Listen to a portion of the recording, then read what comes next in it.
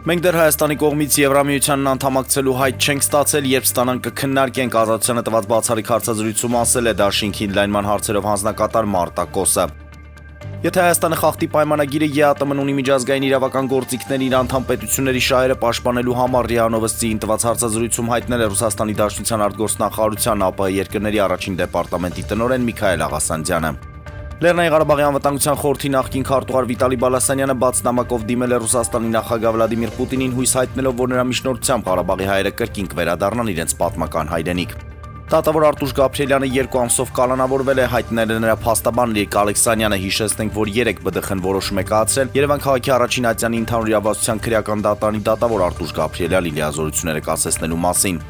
Միացյալ Նահանգներն ու Ուկրաինան ստորագրել են ուկրաինական հազվագյուտ հանածոների համատեղ արդյունահանման համաձայնագիրը, որի շուրջ բանակցել են մի քանի ամիս։ Ամերիկյան կողմից այն ստորագրել է ֆինանսների, իսկ ուկրաինական կողմից էկոնոմիկայի նախարարը։ Համաձայնագիրը ցույց է տալիս Ուկրաինայում երկարատև խաղաղության եւ բարգավաճման հարցում կողմերի ստանձնած հանձնառությունը, ասել է ԱՄՆ ֆինանսների նախարարը։ Էրիխ Մխիթարյանը մեկնաբանել է Բարսելոնայի դարպասը խփած, սակայն մրցավարի եւ վար համարկարգի կողմից չեղարկված իր գոլը, նշենք, որ խաղի 75-րդ րոպեին Ինտերի հայ կիսապաշտպանի խփած գոլը չեղարկվել էր, քանի որ նրա խաղակոշիկի ծայրը հայտնվել էր խաղից դուրս իրավիճակում։ Հնարավոր է ամբողջ կյանքում մտածեմ այդ չեղարկված գոլի մասին, քանի որ այդ խաղի պահին կարող էին կառավելություն ստանալ, ես ընդամենը 3 սանտիմետր էի խաղից դուրս վիճակում, նշել է Մխիթարյանը։